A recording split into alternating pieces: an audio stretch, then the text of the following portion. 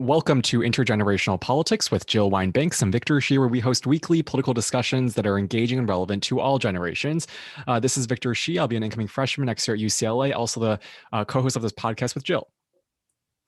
And I'm Jill Wine-Banks, the author of The Watergate Girl and co-host of this podcast, as well as an MSNBC legal analyst. And I'm Kathy Griffin, outrageous comedian and happy to be here. Okay, usually we introduce our guests, but that's even better. Yeah. Because we're actually looking to you to give us some humor, some laughter, some encouragement. The last time we had you on, we talked about the wonder of Kamala Harris being the nominee and your experience with Donald Trump and the First Amendment. And now we sit here anxiously awaiting tonight's results for both the Senate and the presidency. And so we're very glad to have you back. And hopefully you have something that will get us cheered and laughing, because right now, as we are talking this very minute, the numbers are not as wonderful as I would have hoped. It's still, I think I'm still optimistic, but I'd like to be even more optimistic. So what do you have to say? Well, I have a lot of comedian ranting. Okay, so I just want to go, Kentucky, it's me. I performed in your state many times. What are you people doing? Electing the turtle again. Amy McGrath was so great. And what is their dark money from Kentucky? I don't know what's going on there with his ties to Deripaska and the wife, Elaine Chao. Look into them, Kentucky. Get on it tomorrow. I of course, I wanted a landslide. And by the way, let's not forget, fellow Democrats, be proud to be a Democrat. Don't act like you have to sort of be nervous about, well, am I with the squad or am I with the centrists? All of them are better than Trump. Are you crazy? I mean, they're boarding up Beverly Hills, for God's sake. Think of those Real Housewives. They're a nervous wreck. They don't maybe vote, but I'm just saying they shop, damn it. So I'm nervously watching. I'm optimistic. And look, obviously, my fear is twofold. I think we need the House and the Senate just to restore sanity. Okay, we're not socialists. We're not going to overthrow. We're not defunding stuff. But I think Biden will win. I do. It should be a non-issue landslide. But I fear the Republicans keeping the Senate, because then I feel like we're almost going to be living under President Mitch McConnell with his black hands and his illness. And so mental and otherwise. So I'm actually optimistic about the Senate, because it's looking like Cunningham is going to take the race, and that Colorado is going to be, and Arizona, and that is 3. 4 would be even better, and that could happen. It might need a 4th if we lose Doug Jones. So we're not quite there yet, but I'm optimistic about the Senate. I think we should be. Don't you think we could have some cheer there? Victor, what do you think? I hope so. I hope results are better than what we've seen so far. I know Florida seems to be on edge, but that's always the case with Florida. And I know with kind of going back to, last time we talked to you, we talked so much about Kamala Harris, the First Amendment. Since then, it's felt so long. We've had 2 presidential debates, 1 vice presidential debate, tax scandals, Amy Coney Barrett's testimony. So what is your take on everything that's happened since then? And what are you looking forward to after Election Day? Change. I'm looking forward to change. I mean, it's so frustrating because Trump got in because they were, looking to change things. Okay, Mark Kelly is 10 points above Martha McSally, which, by the way, he should be 100 points above her, but that's me. And so I think, I think that it would be cathartic, frankly, if we, meaning our party, our country, independents, whatever you want to say, folks that aren't into a Trumpist, a QAnon cults and following his crazy cult of non-personality.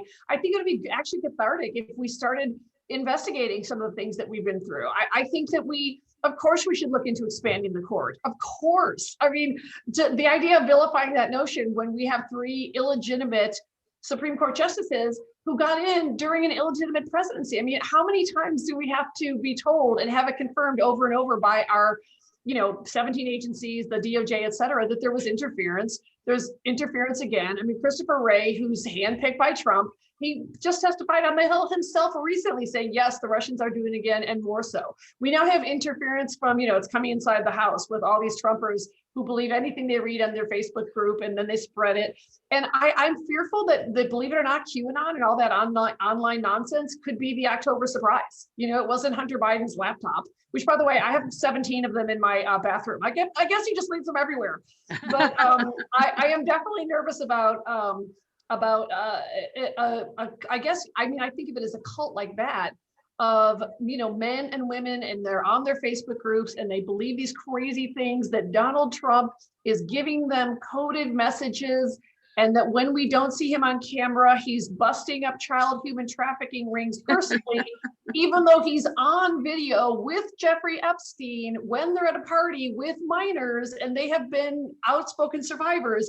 And yet, you know, these folks are great in number. And I think that we do have to actually acknowledge that and start looking into that stuff and not be afraid to look at it. And I also think we can no longer just write them off as a few fringe members, you know.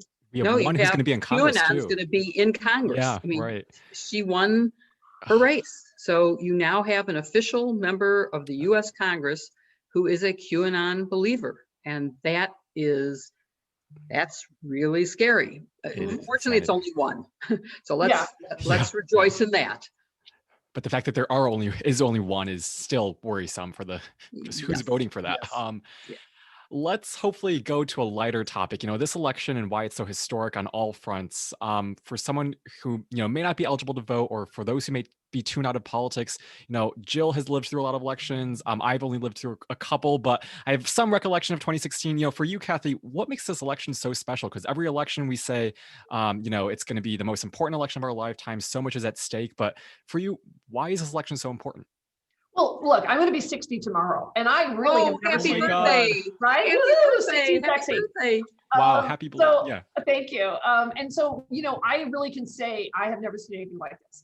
I have, you know, I thought that, you know, when I talk to my folks who are more knowledgeable than I, of course, about the Watergate era and Vietnam, et cetera, when I would talk to my parents about WW2, all these things, nothing has happened like this. And, you know, we've all had our favorites, and we've all had the candidates that we care about and work for, et cetera. But this is not really a case between Democrats and Republicans, in my opinion.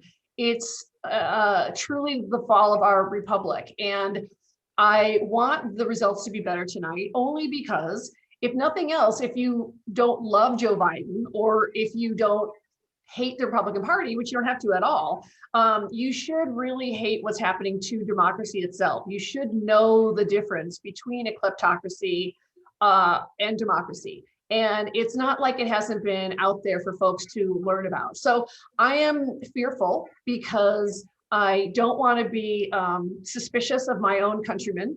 I don't want to think that half of the folks around me that went to their polling place voted for racism, sexism, crime. I mean, this is the most corrupt president that I've ever even known about, certainly seen in my lifetime. I have experienced it in a very personal way myself.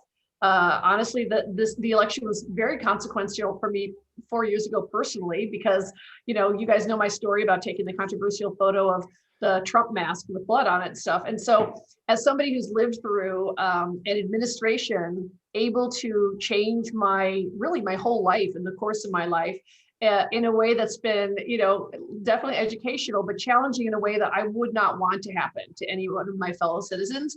That's something I never even thought about. You know, I look forward to the days when you don't even necessarily know the religion of the president. You don't necessarily know every single thought the president is happening. The president should be doing their job. You know, I definitely look forward to a time when there's more women and people of color in charge, because there should be better representation, obviously. I'm fearful that we keep coming close. If I hear one more time, the Democrats are excited because they got closer to winning Florida. Okay, it's time for us to win Florida. It's been long enough, you know? So those are the things that are different. And I don't want to be paranoid, but I do fear intervention in this election like there was before. I'm someone that really can't be sold on the notion that the Russian interference didn't change actual votes in 2016. So, you know, to have an administration personally be working to squash all that evidence and not to mention a fairly easy to understand story, is something that's frightening to me. And it's something that's really not that hard to wrap your brain around. And I just wish people were more interested in it, because it does affect them in their daily lives. Well, I think you've hit on something, which is we have so much misinformation and disinformation, both domestically and probably from foreign interference. I mean, there's been a lot of threats to voters, but there's also just been a lot of misleading voters, and that's come from Republicans, from Donald Trump, and from outsiders. And so we have to really pay attention to that, and we have to figure out what are the sources of information that people can actually rely on for facts. And then we have to worry about, how do we convince people that facts matter?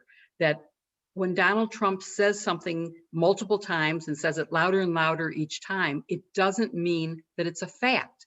He can keep screaming that he saw people on 9/11 cheering. It doesn't make it true. And it's been debunked a million times. So what do we do to get people to care about the facts? I mean, it's frightening because people want to hear their own story. And yet I feel like we've lost a sense, which is, as you always say, Jill, we have to work from the same set of facts. Yes. We can have our differing opinions. And that's what I miss. I miss the discourse of, well, here's the tax cut and here's why I like it. Here's why I don't like it. But I don't want to hear the economy is doing so much better. I don't understand what a bubble is or how it would burst. I mean, those are conversations that are essential. And I do feel like it's a storybook road to authoritarianism when you have leaders that want to keep their citizenry dumb. And,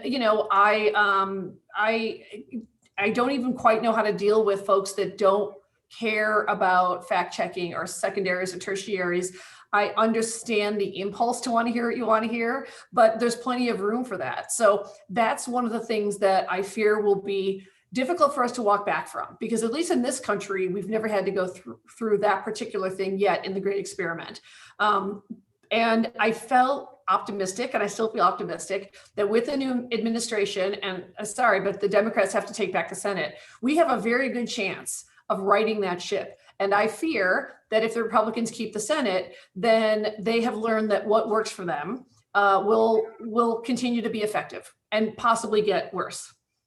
I think you've hit on the cheer of the evening, which is that there's still a chance that we can win both the presidency and the Senate, and that we can take policy changes that will make a real difference in righting the ship, in protecting people from the virus by developing a plan to deal with it, by having a vaccine and having it distributed sensibly, and so many other policies that need to be addressed right now.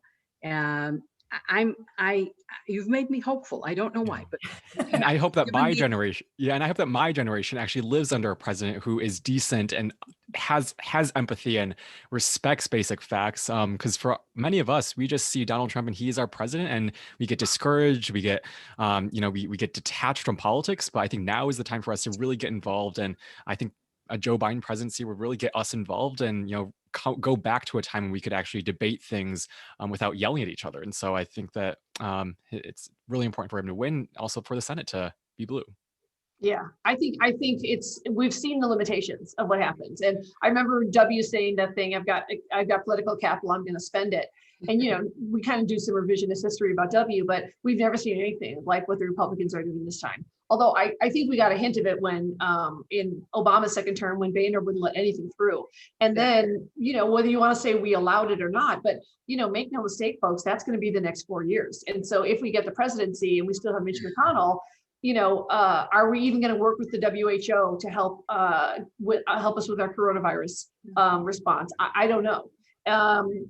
What kind of thing will Joe Biden, if he's elected, be president, but McConnell's still in, how much will he have to reach across the aisle? And at this point, what does that even mean? I feel like, frankly, I'm a Democrat, of course, but I feel like the time for reaching across the aisle just isn't now. I mean, they've played so dirty and they've been such an obstructionist that I almost feel like we need a term where we need to kind of at least try to, we've been saying right the ship, but get back some sort of very obvious things. I mean, the civil rights, the Voting Rights Act, et cetera. Understand, people are upset about the Supreme Court. Let's see what happens when we get to know these cases going before the justices. So, I'm being optimistic because I can't imagine that there's not some suppression going on. And as you know, there's going to be counting going on for days. I would have loved an answer tonight. I hope we still get one, but I'm still optimistic. Come on. I think it's more important. I'm wearing a count every vote pin tonight because really, no matter how long it takes, that's the right thing to do. We need to count them all. The last time I checked the news feed, Judge Sullivan's order to the post office to stop holding the ballots that he had found, or that they have now found, and to deliver them had not been done. And so we know that Donald Trump and his Postmaster General, DeJoy, have withheld ballots of people who cast their ballot in good faith, deposited to the US Post Office, and it hasn't been delivered. So there's a lot that we have to get accomplished. I'm now for what I call court balancing. Some people would have called it court packing. I'm on Twitter saying, hashtag say this, not that. Call it court balancing, because that's what it is. It would be bringing fairness back to the Supreme Court for the seats that the Republicans stole. And that's at least what we deserve. But that requires that we win the Senate and the presidency tonight. And I'm not a gambler, so I'm not into predictions. I'm into just sort of sitting and waiting. And I don't care if it takes several days, which it will, because there are many states that don't allow mail ballots to be counted until after everything else is counted. So we're going to have a little time to wait, and I'm okay with that. I just Stressful. people can get the information they need, and be careful in what they retweet.